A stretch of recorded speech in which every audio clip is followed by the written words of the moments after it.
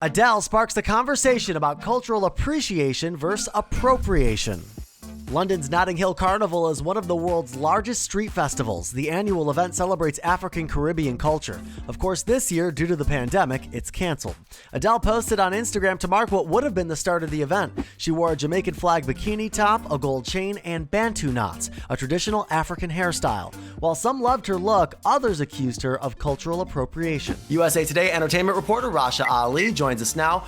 Rasha, I guess when you first saw Adele's photo, what did you think? So I'm gonna be honest, I definitely cringed. But then after kind of talking about it with some friends and kind of just thinking about it, I was like, okay, I see what she was trying to do. It wasn't, in a sense, as horrible as me seeing Kardashian Jenner with cornrows, calling them boxer braids. I'm prefacing all this by saying I don't speak for all Black people. What I find offensive, somebody else might be like, that's totally fine. Do celebrities, public figures, do they have a heightened sense of responsibility to not only watch what they're posting, but also then address and or participate in these conversations? At the end of the day, they are human. They will make mistakes, but I feel like they should. They have such a big following. They have such a big platform, whether they like it or not. When they do something that's wrong, I feel like they do have a responsibility to correct that and be like, listen, what I did was wrong. I learned, I got educated, whatever it was, and this is why I won't do it again. Adele's photo, we are addressing this. You and I even just having this conversation now. What good can come from this? People are making an example out of Adele, just whenever somebody in a public spotlight does something wrong,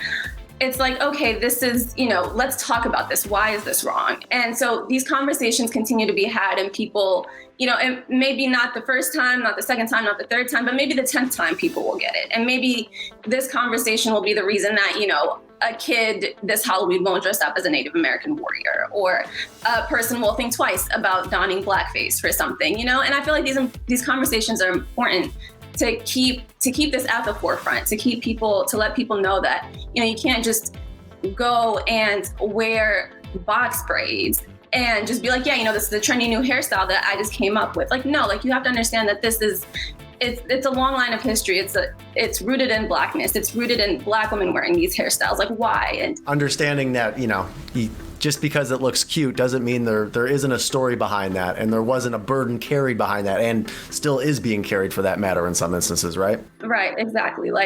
You have to know that people before you, Black women before you, were fired, were discriminated against, were called ugly for wearing afros, wearing Bantu knots, were made fun of in school for doing those things. And so I feel like these conversations are very important, and they need to continue to be had.